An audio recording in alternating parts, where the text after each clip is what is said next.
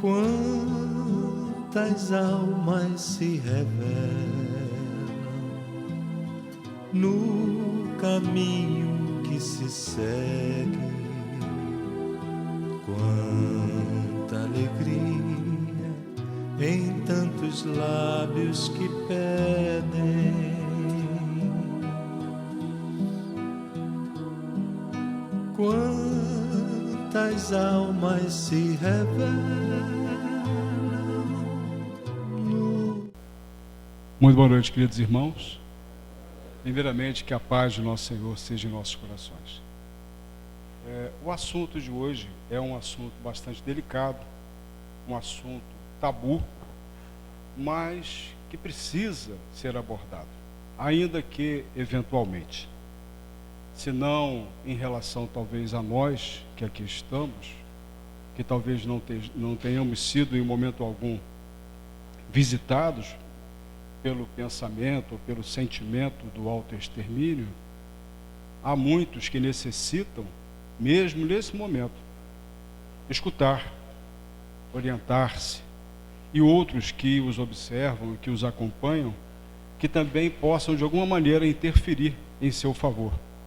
É o que desejamos abordar sob a ótica espírita e, sobretudo, sobre uma ótica de um dever que cada um de nós tem, né? No sentido de alguma forma, intervir, contribuindo favoravelmente nesse sentido para evitar que isso suceda, que esse mal realmente ele prospere, ele continue. Vamos passar o slide, por favor? Isso, pode prosseguir, por favor. Eu estou sem o controle remoto, infelizmente não deu certo. Aqui nós temos na primeira definição um conceito, né?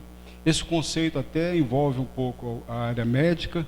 Eu não sou médico, sou engenheiro, né? Mas a nossa pesquisa, buscamos algo que conceituasse de uma maneira geral a questão do suicídio. Então, o suicídio é colocado como um fenômeno multideterminado que resulta da interação complexa entre fatores sociais, psicológicos, biológicos, culturais e espirituais. Então, a gente vê que o assunto ele tem a sua complexidade. Fenômeno multideterminado, quer dizer, ele tem várias origens, né? A questão do suicídio tem várias origens. Pode ter até uma origem cultural, como está ali, né? A gente lembra em filmes, né? E algumas vezes que a gente percebeu o harakiri, que é comum, às vezes, na Ásia, no Japão, né? Até como honra, como uma forma de salvar a honra, quer dizer, mas questões de cultura que perduram, né? Podia continuar projetando? Isso. Não, eu queria voltar ao slide anterior, que a gente não concluiu. Isso. E aí outros fatores, né? Questões de ordem social, né? De ordem psicológica, que muitas vezes pode ter uma origem também de um problema psíquico, de ordem biológica, muitas vezes pode ser uma situação de doença que vai suscitar no suicídio, e a gente vai ver isso mais para frente. E principalmente a questão espiritual, né? Também das influências espirituais que pesam sobre aquele que está colocado com essa ideação, está permitindo que essa ideia permeie seu pensamento, né? Vamos prosseguir, por favor, João. Aqui a gente já vê, a gente colocou lá suicídio igual autoextermínio. No meio médico, na área médica, o autoextermínio é como se fala a questão do suicídio. Para a gente não ficar falando o tempo todo, né, a palavra suicídio, eventualmente nós vamos falar autoextermínio. Tá? Aqui nós temos o que se busca, aquele que está com essa ideia, né, ele está procurando fuga. Nós botamos até entre aspas, a gente sabe bem por quê, né? Está lá entre aspas, fuga do desespero e do sofrimento, né? Ele quer fugir da situação, daquela situação que está oprimindo ele, que está desesperando, que ele está sofrendo. Então ele busca a saída pela porta do suicídio. A questão, né, da saída também para sentimentos de desesperança, né? Quantos desesperançados que perdem valores materiais, que perdem afeições e que acham que vão resolver a situação com esse ato. a questão do alívio para dores físicas ou dores morais.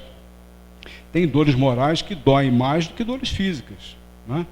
Então, essa questão da dor moral, ela realmente é um fator aí bastante, que pesa bastante nessa questão. Mas nada disso justifica essa opção. Vamos prosseguir, por favor. Então, o suicídio na codificação, a gente vai ver, como o Márcio colocou, né, as questões 943, 957. Allan Kardec discute as causas e as consequências do ato sinistro. O que provoca, né, que a gente já abordou algumas situações ali, e as consequências que vão suscitar desse ato. No Evangelho segundo o Espiritismo, a gente vai ver no capítulo 5º, que é o maior capítulo do Evangelho, Bem-aventurados os aflitos, em que analisa o suicídio juntamente com a loucura. Mais à frente nós vamos ver esse item aqui. E também no Céu e Inferno, que é uma outra obra da codificação, em que no capítulo 5º, na segunda parte, tem relatos dos suicidas, né? Eles falando sobre o seu estado infeliz na erraticidade, na espiritualidade, como que eles se encontram. Nessa visão também espírita do autoextermínio, a gente vê no Livro dos Espíritos, naquela parte que a gente comentou, na parte final, né? A parte quarta fala das penas e gozos futuros, né? A parte quarta do Livro dos Espíritos. E lá está escrito que a vida é um bem indisponível. Nós vamos fazer uma colocação sobre isso aí mais à frente. Mas o autoextermínio, grave transgressão da lei divina, né? O suicídio é um meio antinatural, é algo que conflita com o nosso instinto de conservação. Então, quando a gente fala de suicídio, ele realmente é uma transgressão, porque a nossa natureza é a natureza de conservação da vida, né? Jamais de atentar contra a nossa própria existência. Todas as nosso instinto, as nossas reações são sempre de proteção da vida, né? Então, a nossa evolução, a sobrevivência até da própria espécie, tem relação com isso, né, da questão dessa conservação da vida. Então, esse é um aspecto que o suicídio, ele foge completamente à própria constituição da natureza. Então, supera até essas forças que são forças assim, do nosso próprio instinto. Vamos prosseguir, por favor. A doutrina materialista em oposição com a doutrina espírita, justamente no Evangelho. Kardec faz justamente essa colocação, ele apresenta a doutrina materialista com essa questão da unicidade da existência, da vida meramente material, tudo começa e termina na vida material, né? Então, essas colocações que os materialistas colocam, que ele coloca bem, todos esses pontos, ele vai rebater justamente com a doutrina espírita, em oposição a essa ideia, mostrando realmente a infelicidade que é, porque se fosse como os materialistas colocam, se a gente for entrar realmente e refletir naquilo ali, realmente o suicídio seria até justificável, né? Poderia até se justificar, mas ele não se justifica justamente em função do que o Espiritismo veio descortinar, nos apresentando a continuação da vida depois da morte. E aí é que está o grande bizu com relação a essa fuga, a essa saída, esse alívio, que para aquele que comete esse ato, ele é uma grande ilusão. A coisa vai ser bem mais complicada. Vamos prosseguir, João, por favor. Então, entre as consequências do suicídio, tem a questão 957, né, em que Kardec faz aquela pergunta, quais, em geral, com relação ao estado do espírito, as consequências do suicídio. Então, muito diversas são as consequências do suicídio. Não há penas, né, determinadas, e em todos os casos correspondem sempre às causas que o produziram. Quer dizer, essas causas são várias. Nós vimos até que tem causas que podem ser de ordem espiritual. Há relatos, né, de pessoas que estiveram num processo obsessivo extremamente intenso e grave, que quando a gente fala de um processo obsessivo que se instala dessa forma, não se pode eximir ou isentar o obsedado. Porque o obsedado, existe uma relação causa e efeito com relação a essa situação. Então, ninguém vai ser tomado por um espírito para se suicidar. Isso tem uma relação com uma série de outras questões, né? Então, as causas que o produziram, se uma causa foi de uma vontade que não foi exatamente a dele, mas que, de certa forma, houve um comprometimento do passado que, de certa forma, ele tem uma responsabilidade em relação a ele. Então, há sempre atenuantes a serem considerados em cada caso. Por isso que não é uma coisa assim absoluta, determinada, como ele fala, apenas determinadas, você não vai encontrar isso. Então, há, porém, uma consequência, essa consequência é comum a todos aqueles que cometem o ato do autoextermínio, né? O ato do autoextermínio. A consequência que o suicida não pode escapar, que é o desapontamento. Ou seja, tudo aquilo que ele imaginou que ele fosse resolver por essa via, ele não vai encontrar. Ele vai encontrar exatamente o oposto, uma situação bem mais grave, bem mais complicada, né? Mas a sorte não é a mesma para todos. Como falamos, existem atenuantes, né? Depende das circunstâncias. Alguns expiam a falta imediatamente, outros em nova resistência, que será pior do que aquela cujo curso interromperam. Aqui nós vamos lembrar de uma história que o Dr. Sérgio Felipe, ele é um psiquiatra, é um palestrante espírita também, né, reconhecido aí, está fazendo um trabalho bacana, bonito, e ele fala de uma situação que ocorreu no consultório dele. Uma criança, né, criança em tenra idade, que apresentava uma deficiência mental bastante grave. E a criança não tinha inteligência nem para reconhecer o que era uma bola, né, para vocês terem uma ideia da situação. Então ela foi dada a ela uma caixa de brinquedos, certamente para ele fazer alguns exames, algum teste, né? E a criança pegou, entre os brinquedos, pegou uma arminha de brinquedo, de plástico. E qual foi o que ela fez? Apontou para a cabeça. Ou seja, já sabia o que estava fazendo.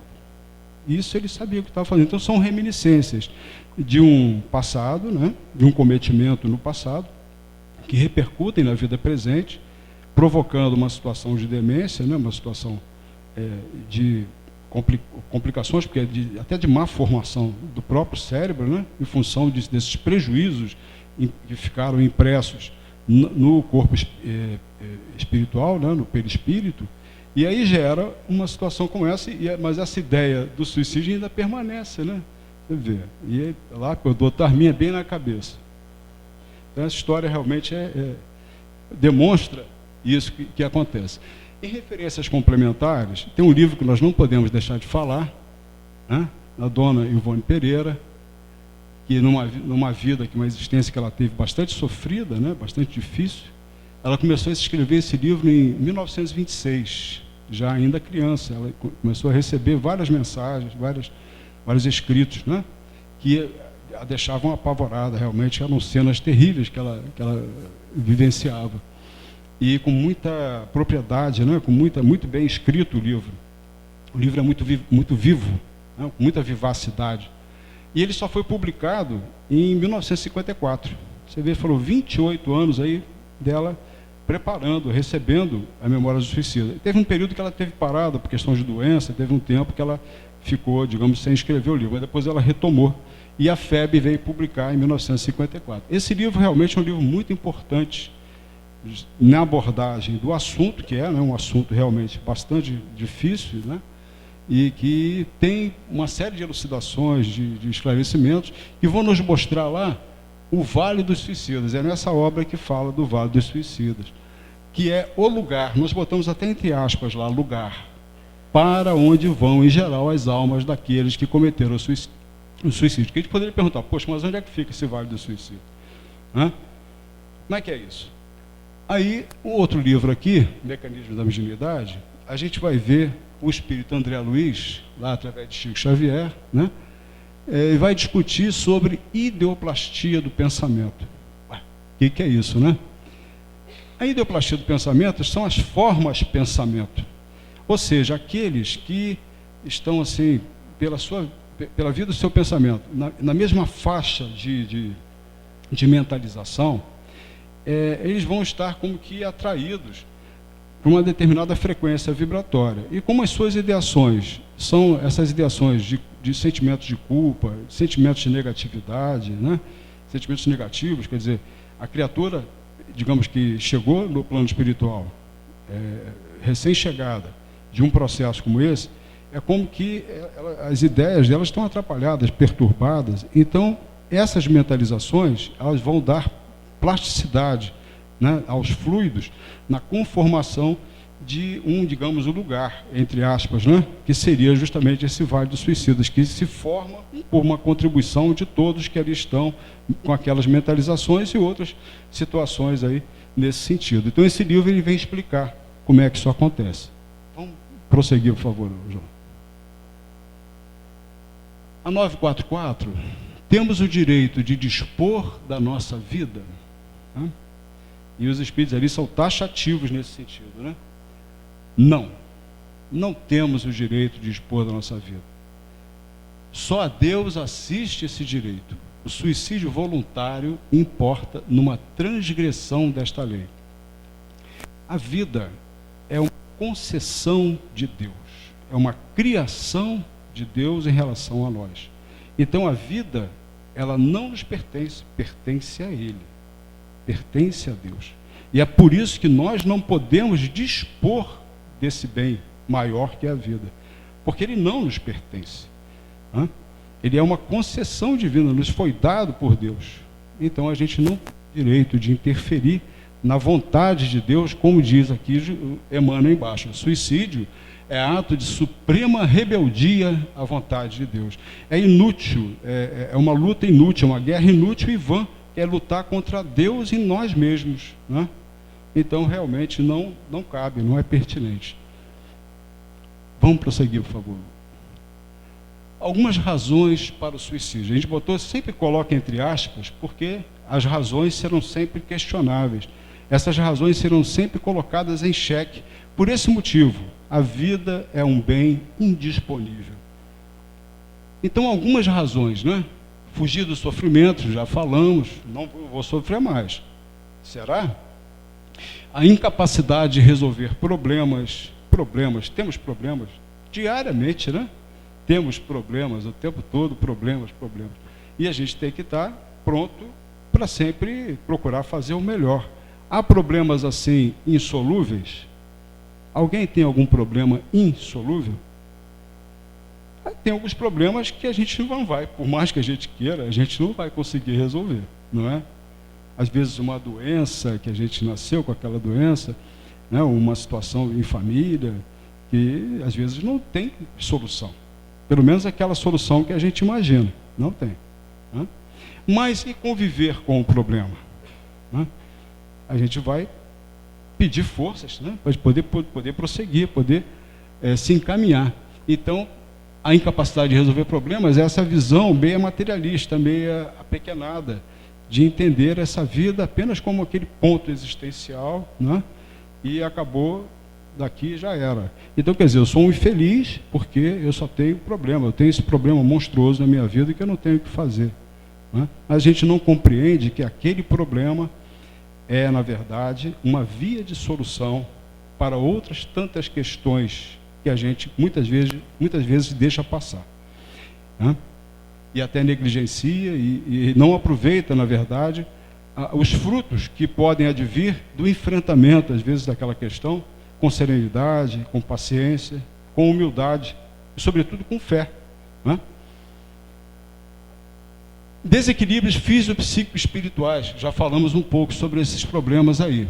O materialismo, né, que impõe realmente o desgosto pela vida, porque limita a existência nesse momento existencial aqui, desse trânsito aí de 70, 60, né, 80 anos.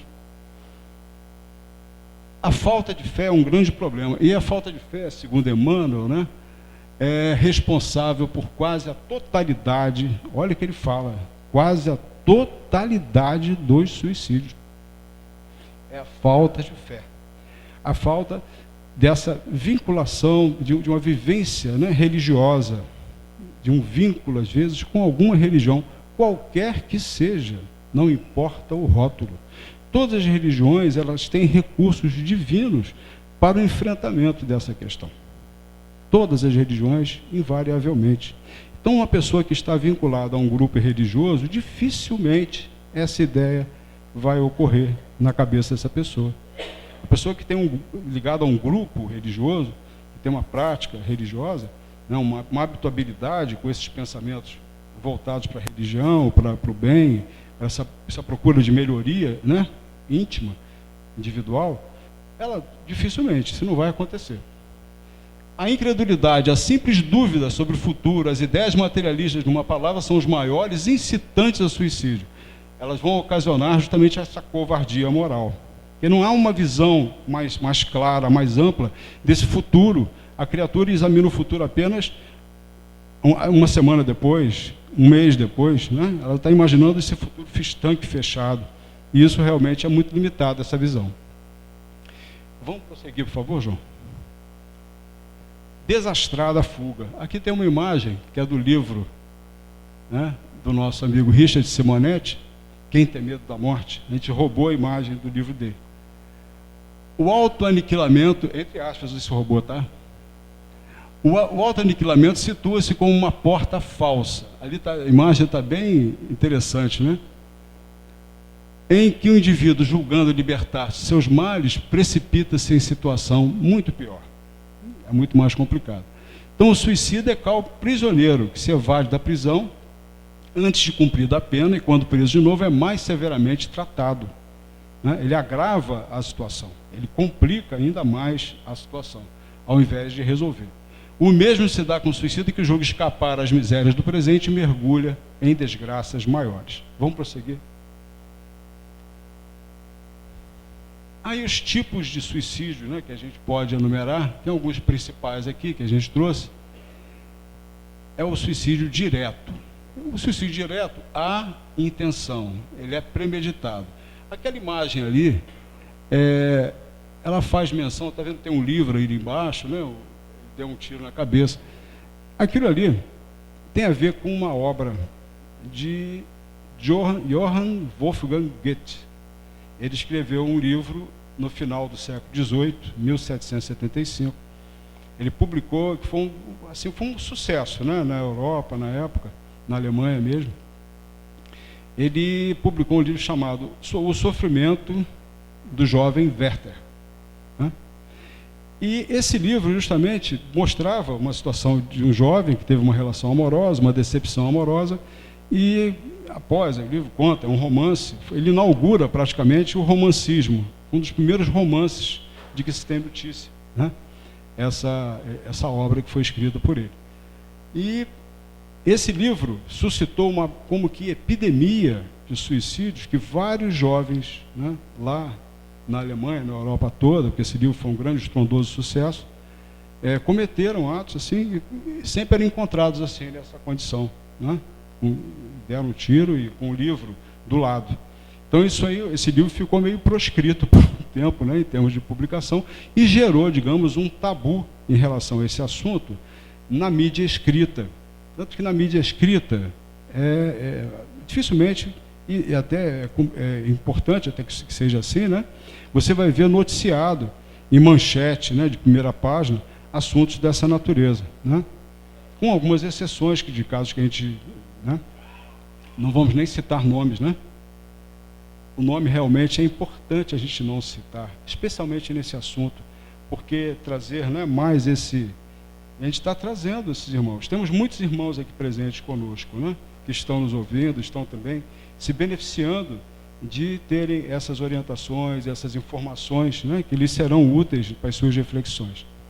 A gente não pode esquecer, né, do trabalho da espiritualidade, que continua e não para. E o suicídio indireto. Esse indireto é justamente essa situação aqui. Não há intenção, não tem intenção. É a questão do alcoolismo, por exemplo, que está relatado ali.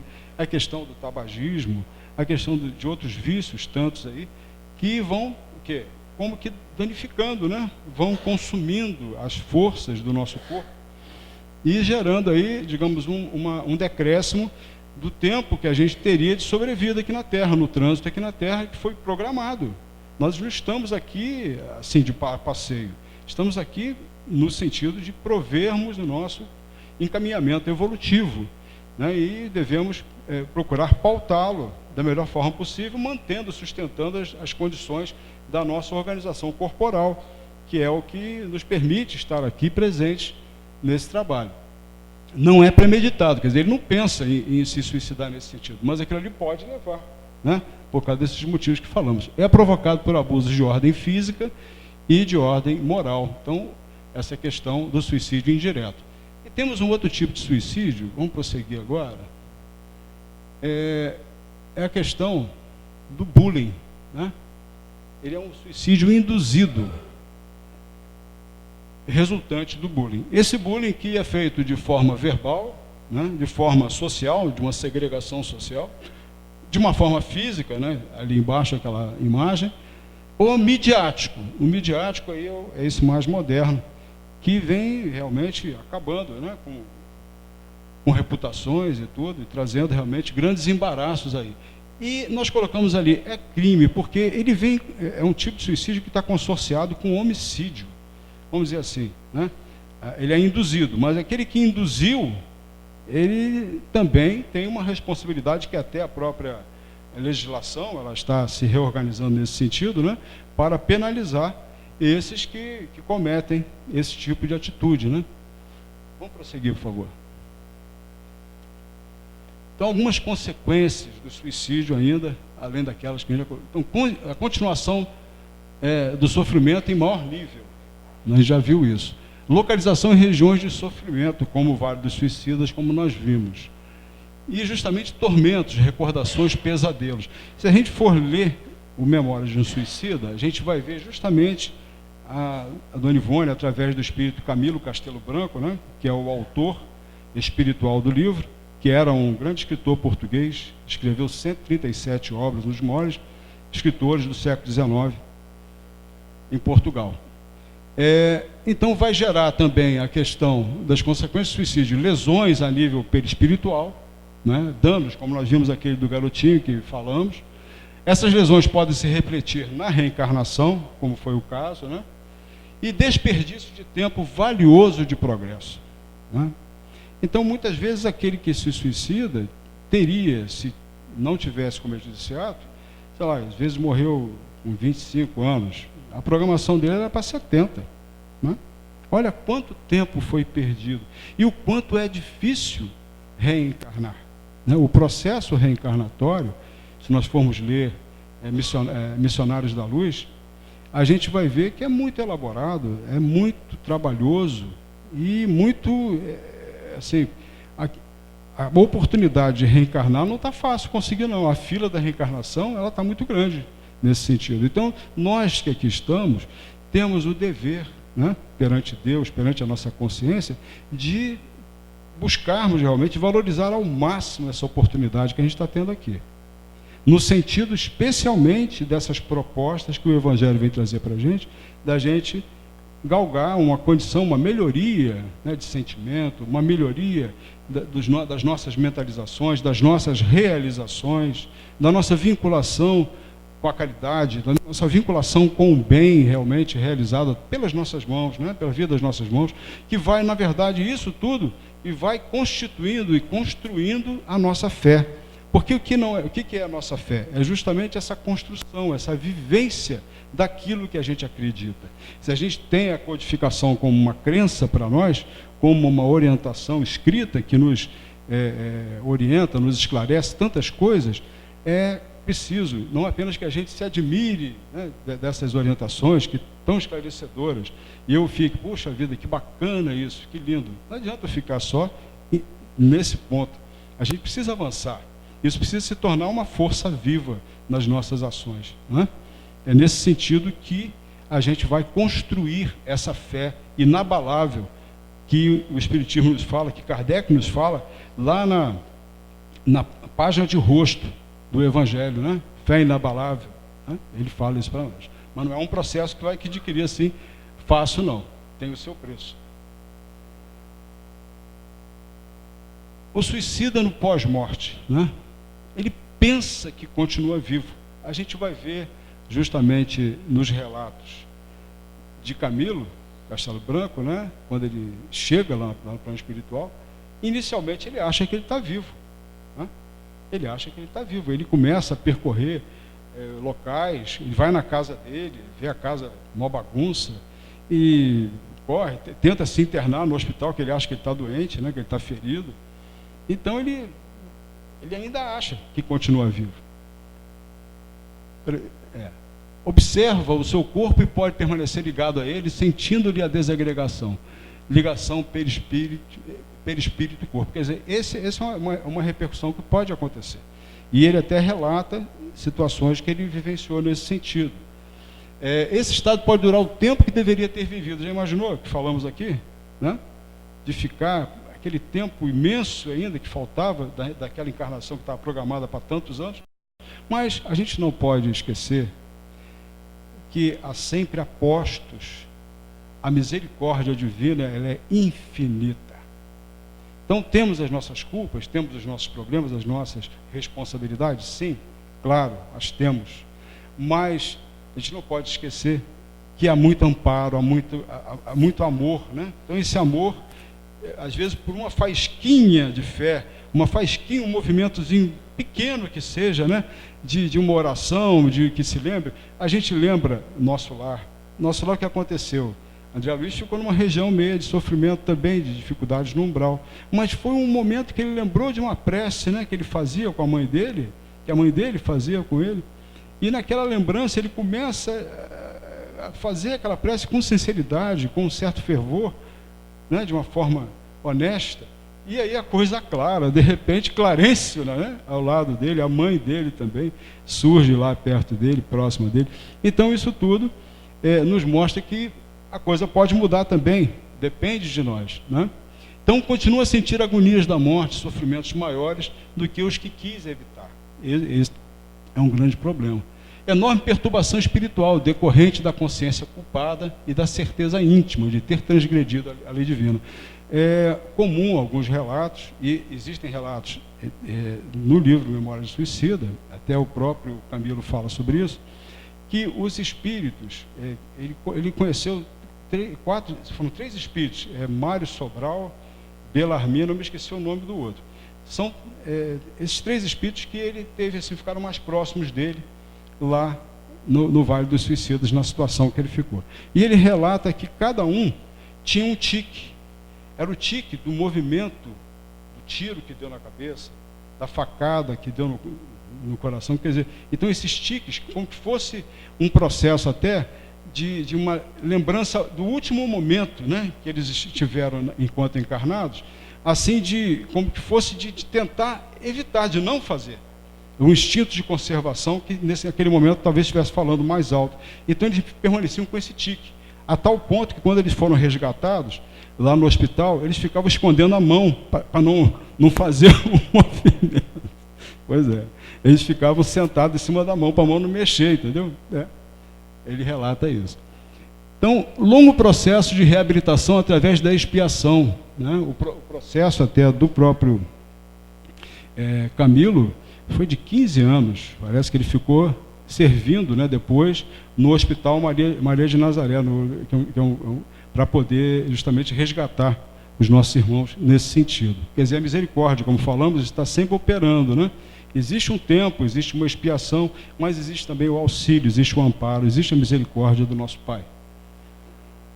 Primeiro nas zonas purgatoriais, depois em nova reencarnação. Justamente ele foi ser preparado. No final do livro ele está sendo preparado para uma nova encarnação. Um outro amigo dele, né, um desses amigos, reencarna, e como ele tinha matado, parece que a esposa e o filho, né, ele reencarna sem as mãos. Ele reencarna num processo. Aí é bom vocês lerem o livro, curiosidade para vocês lerem o livro, né? É um livro assim meio pesadinho, né? São 500 e poucas páginas. Casimiro Cunha, né, tem um trechinho com uma trovinha dele aqui, ó. Todo suicida presume que a morte é o fim do amargor, sem saber que o desespero é porta para outra dor. Quem sofre resignado, após a morte descansa. Quem luta sem naufragar, verá de certo a bonança, né? Lutar sem naufragar, para mais à frente ver a bonança. Depois da bonança vem a tempestade, não vem? É um ditado, né? Vamos lá, vamos prosseguir. Depois, bem, meu Deus, errei. Aí não vale, né? Aí não vale. Aqui uma imagem, né? Remete lá ao Vale dos Suicidas, também que nós pegamos do filme Nosso Lar. Mas aqui vamos imaginar que seria talvez o Camilo, né? examinando lá esse local, um local tenebroso. Aí tem um pedacinho aqui que a gente trouxe, do Memórias de um Suicida. Passa, por favor, João. Panorama desolador. Cujo panorama desolador era composto por vales profundos, gargantas sinuosas e cavernas sinistras. Nessa paragem aflitiva, a vista torturada do Grilheta não distinguiria sequer o doce vulto de um arvoredo. O solo, coberto de matéria enegrecida e fétida, era imundo, pastoso, escorregadio, repugnante. O ar pesadíssimo, asfixiante, gelado e noitado, e ao respirarem-no, os espíritos sufocavam-se como se matérias nocivas lhes invadissem as vias respiratórias. Quer dizer, não tinha moleza, né? A coisa era complicada. Então, só para ter uma ideia de como que era. E fora outras informações que estão colocadas nesse livro. Vamos passar mais uma vez. Aqui mais uma imagem também, né? Também do filme, né? E aqui um comentário. Deduzimos assim que todos os redutos do sofrimento, além túmulo, tal como o Vale dos Suicidas, não passam de largos porões do trabalho evolutivo da alma à afeição de grandes hospitais carcerários para tratamento das consciências envelhecidas. Então, esses lugares, essas situações, elas existem para reformar, para ajudar o indivíduo, não para punir. Deus não pune. Deus provê todos os recursos para a nossa reconstrução, para o nosso bem, né, para que a gente se faça melhor. Porque o interesse dele é esse em relação a nós, que somos suas criaturas. Mas vamos prosseguir? Aqui mais uma colocação, né, também lá do livro, Memórias do Suicida. Cada um de nós, no vale sinistro, vibrando violentamente, retendo com as forças mentais o que falamos há pouco, o momento atroz em que nos suicidamos. Criávamos os cenários e respectivas cenas que vivêramos em nossos derradeiros momentos de homens terrestres. Olha que coisa terrível, né? Aquele derradeiro momento se repetindo, se repetindo, se repetindo. Como que avisando, não faz mais isso, meu irmão, não faz mais isso, meu irmão. Né? Atenuantes e agravantes, né? Não é sempre voluntário o suicídio. O louco que se mata não sabe o que faz, né? Ainda há pouco nós falamos de situações realmente de pessoas que têm debilidades, têm um processo. A gente lembra uma história de uma senhora que levou o seu filho a Chico Xavier. A criança já não tinha os braços, tinha uma dificuldade, não falava direito, tinha problema de ouvido e tudo. Vários problemas, uma criança muito doente. E, por último, os médicos haviam dito que, em função de uma situação que se apresentava nas perninhas dele, ia ser necessário amputar as pernas. Olha, e ela foi conversar com o Chico. Falei, Chico, mas será que precisa amputar as pernas? O que vai virar esse meu filho? Ele já não tem os braços, essa situação toda. E aí Emmanuel aparece, né, junto a Chico, e fala para ele que aquele que estava ali, que se apresentava, um espírito que havia cometido vários suicídios em várias reencarnações, né? E aquela reencarnação era uma reencarnação muito importante para ele, porque era um processo que ele estava vivenciando que iria para ajudá-lo a superar isso tudo. Por isso que ele vinha com toda aquela limitação. Mas, ainda assim, o fato dele ter as pernas poderia fazer com que ele se suicidasse. Olha, a mobilidade que ele tinha com as pernas poderia levá-lo ao suicídio. Então, que se fizesse aquilo que os médicos estavam falando. Olha. Complicado, né? A que ponto chega isso, né? Pode ser considerado suicida aquele que a braços com a maior penúria se deixa morrer de fome? Essa é uma outra abordagem também daquelas questões todas, que sempre foi hábito aqui na prática nossa, né, Márcio, de fazer a projeção das questões, porque esse momento é um momento da gente estudar também, aproveitamos para estudar a obra. Então a projeção é de modo a nos mostrar que tem muitos desses conteúdos do que nós estamos falando aqui, estão ali, ó, na obra, né? É a questão da gente buscar a reflexão, a leitura, o estudo. E pode ser considerado suicida aquele que abraça com a maior penúria se deixa morrer de fome, é um suicídio, mas os que lhe foram a causa ou que teriam podido impedir são mais culpados do que ele, a quem a indulgência espera. Por isso existe essa questão também com relação ao autoextermínio, a gente mudando um pouquinho, né? Da responsabilidade também daqueles que estão em torno de quem está tendo essas ideias, de quem está, né, apresentando esses quadros, de providências, muitas vezes, que precisam ser tomadas, de orientações que precisam ser dadas, de atenções que precisam, né, estar presentes, de modo a buscar, logicamente, os recursos todos que se pode para poder evitar que isso prospere, que isso realmente seja uma ideia que ganhe corpo e que venha a eclodir no fato tão lamentável quanto o autoextermínio. Deus que julga pode, conforme a causa, abrandar os rigores de sua justiça, com certeza, né? Deus é justo, a sua justiça, né? Vamos lá, vamos prosseguir, por favor. Entre os atenuantes e agravantes, também será desculpável o suicídio quando tenha, por fim, obstar a vergonha que caia sobre os filhos. Tem essa situação, às vezes, de um processo, né? A gente já viu, às vezes, até cenas de suicídio ao vivo, né, nos Estados Unidos, a situação lamentável também. Então, ele está querendo defender, quer dizer, tipo assim, aquela questão que nós falamos daquele suicídio pela honra, né, em função da honra da família, da honra. São questões que também não justificam o suicídio. Mas a intenção lhe atenua a falta, né? Entretanto, nem por isso deixa de haver falta. As penas são proporcionadas sempre à consciência que o culpado tem das faltas que comete. Como podemos auxiliar os suicidas? Aí vem aqui algumas orientações, né? Falamos muito da misericórdia do nosso Pai, né? Mas que a gente possa promover, orar pelos nossos irmãos suicidas. Aqui, nesse momento, eu conclamo até outras unidades, né? Outros centros também, que procurem, estabelecer um momento, né, que seja na semana, no mês, não sei de que forma, que se possa promover realmente um trabalho direcionado a esses irmãos que estão nesses graus intensos de sofrimento no plano espiritual. Que, como falamos, a misericórdia, como relata lá no Memória de Suicídio, a gente vê que a misericórdia divina está presente em socorro a esses irmãos.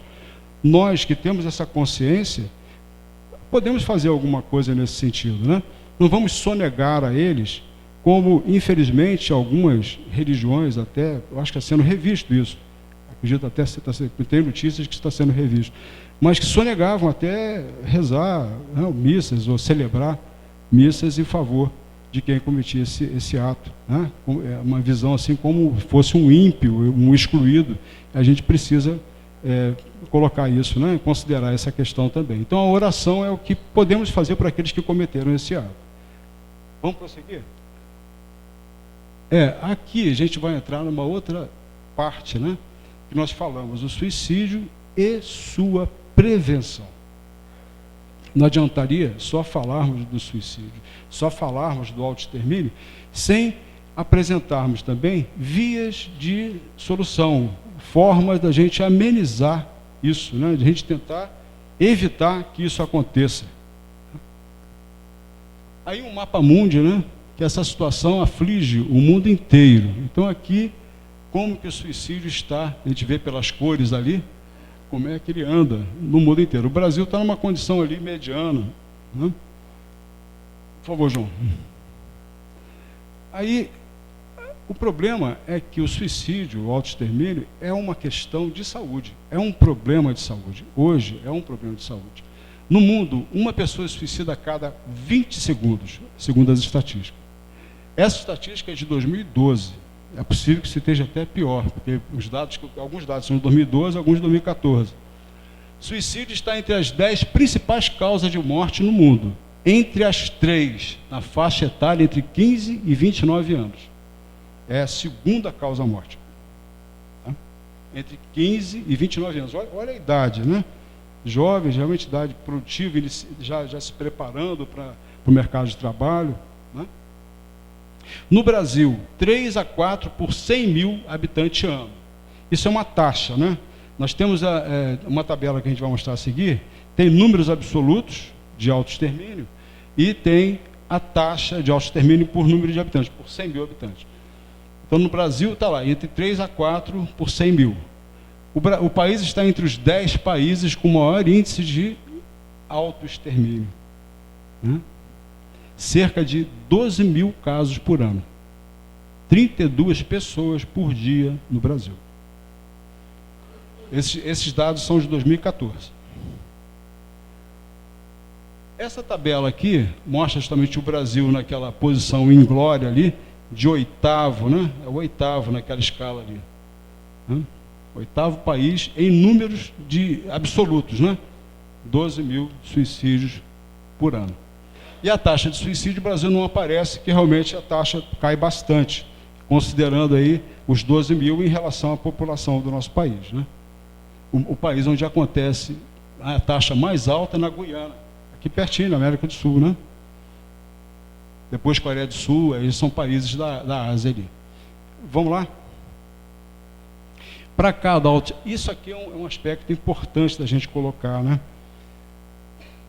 Para cada autoextermínio, há em média 5 ou 6 pessoas próximas que sofrem consequências emocionais, sociais e econômicas. Tem outros prejuízos também, né? Para aqueles que ficam, para aqueles que permanecem aqui. Quantas famílias se desorganizam porque realmente um elemento que era tinha uma liderança, né?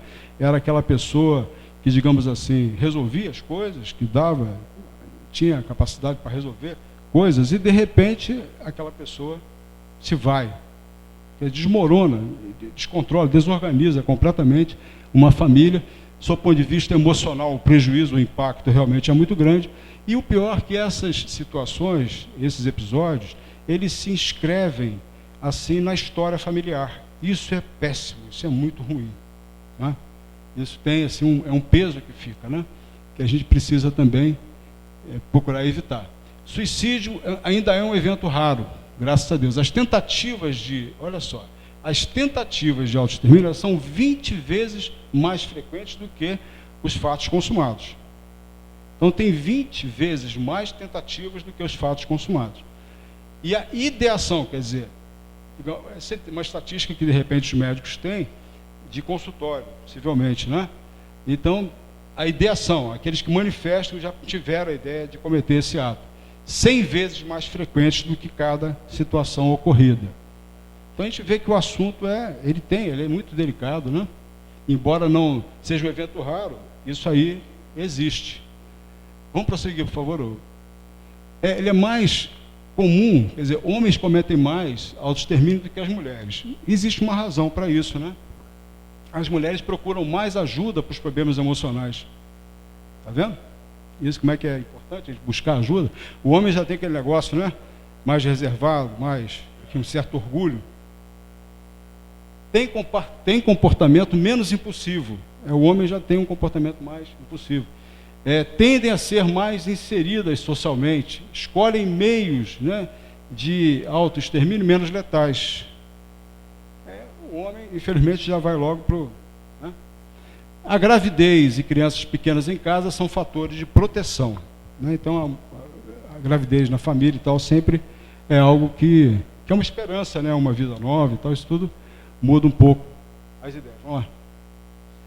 Esses sinais de alerta, eu não vou relatar todos, né, porque é por causa do tempo ali, mas sinais de alerta são orientações gerais para auxiliar uma pessoa em risco. Então, a gente precisa de sinais que a gente precisa estar atento. Isso aqui digamos, um resumo de uma cartilha que a gente acha na internet, que existe um plano assim, nacional, é uma coisa que não é muito divulgada, mas existe um plano nacional com relação a essa questão desse assunto do suicídio no Brasil, como de meios, né, que, digamos assim, o Estado, as autoridades estão se organizando no sentido de oferecer informações a respeito. Então, doença psiquiátrica, né, são estatísticas, volta aí só para alguns que eu vou falar aqui. Doença psiquiátrica, né, perdas recentes, são situações assim de alerta que precisa ficar atento, né?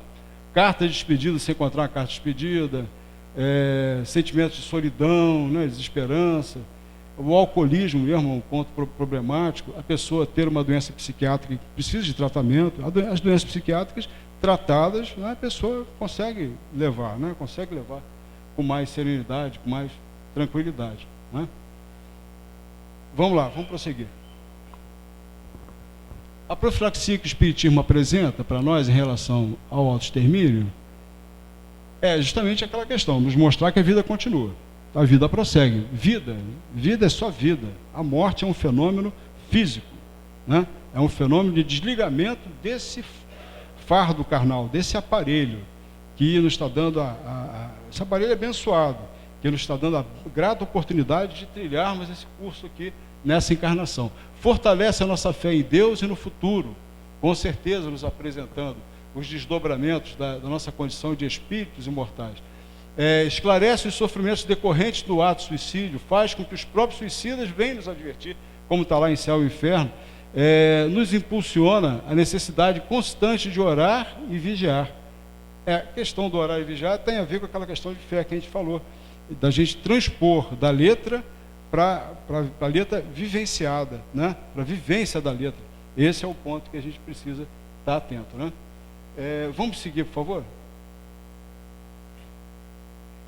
Aqui nós estamos fazendo a menção ao CVV, Centro de Valorização da Vida. O André Trigueiro, até assistiu umas 5 palestras que a gente assistiu na preparação para esse trabalho que a gente está apresentando aqui. E o CVV, ele já existe há 53 anos, é antigo, né? De algum tempo lá que ele foi organizado, um grupo de pessoas que resolveu e criou essa ONG chamada CVV. E o número é o 141. Uma pena, porque eu fiquei meio assim, se eu tento, não tento, eu tentei ligar para o 141, liguei para o 141 para tentar falar pelo 141 para saber se estava funcionando. Infelizmente aqui, parece que na nossa região ainda não tem esse serviço, ainda não está disponibilizado. Né? Mas isso não significa que o auxílio não possa ser encontrado, que a gente não tenha condições de encontrar organizações também que possam, de alguma forma, nos auxiliar. Vamos dar uma olhada mais à frente. Prossegue, por favor. Então, novamente, fatores de proteção, saúde mental, estar em alguma atividade produtiva, né? É importante a gente estar em atividade, né? Alguma atividade. Porque a atividade produtiva não é a atividade remunerada, mas a atividade produtiva pode ser até uma atividade voluntária, né? Uma atividade numa instituição religiosa, né? Sem fins lucrativos. Crianças em casa, isso é importante, né? Também é uma questão de proteção ao suicídio. Senso de responsabilidade com a família, né? Pessoas que têm esse senso, gravidez, né? Como já falamos, satisfação com a vida positiva, capacidade de adaptação positiva. Isso é uma coisa difícil, tem pessoas às vezes que têm um revés, tem uma situação, ela demora, né? A se refazer, a se reposicionar. Apoio social positivo, relação terapêutica positiva. Muitas vezes precisamos de um auxílio terapêutico, né? E a questão que nós botamos lá embaixo, as crenças religiosas. Realmente esse é um grande ponto aí. Vamos lá. Então, na prevenção do autoextermínio, a gente tem a questão do tratamento médico-psiquiátrico. A gente não pode nunca nos distanciarmos dessa questão também. Muitas vezes, o processo que está acontecendo demanda uma intervenção médica, né? Demanda uma ação médica. Então, é importante que a gente, uma situação que venha a ocorrer na nossa família, ou alguém próximo, que a gente oriente realmente a buscar um auxílio médico, de preferência psiquiátrico. Porque eu acredito que o psiquiatra, até pelo que a gente estudou também, ele esteja mais apto para dar as diretrizes, estabelecer um encaminhamento melhor para a pessoa que está com esse problema, que está vivenciando esse problema. Porque o médico generalista, muitas vezes ele pode não estar preparado, devidamente capacitado para esse atendimento, para perceber certas situações, né? Certas questões, às vezes sinais de lesão que foi causada pela própria pessoa, né? Então tem assim, uma leitura que ele faz até no exame do paciente para ter uma noção do que está acontecendo, do que está rolando, né? Então, o tratamento médico psiquiátrico é importante, o tratamento psicológico também. Agora, aquilo ali, ó, estímulo à espiritualidade, né? A sobressaltar essa questão da nossa religiosidade. Por isso, a importância dos nossos filhos em tenra idade, lá até os seus 3, 4 anos, é o momento de uma semeadura, é uma semente maravilhosa que a gente vai plantar e ela vai depois, mais à frente, vai nos mostrar a importância dessa intervenção nessa idade mais tenra, da gente mostrar a importância do trabalho com Jesus, e, assim, a criança entender o que são esses princípios, né? Tem uma ideia de que Jesus não é aquele ser, né, que em algumas religiões é colocado na cruz, e a imagem que a gente tem desse Espírito abençoado, maravilhoso que esteve aqui na Terra, o Espírito mais evoluído que já passou pelo nosso planeta, é justamente essa imagem dele pronto, né, sempre auxiliando, abraçando, agora até sorrindo, que é muito bonito a gente ver Jesus também sorrindo, né? Então que a gente venha exaltar essa busca, né, de expressão da sua religiosidade, porque todos nós temos isso latente em nós, né? Independentemente da crença, não é questão só do espiritismo, mas que em qualquer religião, como falamos, tem recursos de sobra para atender essa demanda. Terapêutica complementar espírita, fluidoterapia, né? A questão do próprio passe é importante, auxilia, né? A desobsessão, muitas vezes a pessoa pode ter um componente espiritual que está, digamos assim, agravando a situação, que pode ser de alguma forma também resolvido, ou pelo menos sanado, né? Melhorado, através do trabalho da desobsessão, da orientação desse espírito, né? Para ele poder mudar os seus propósitos.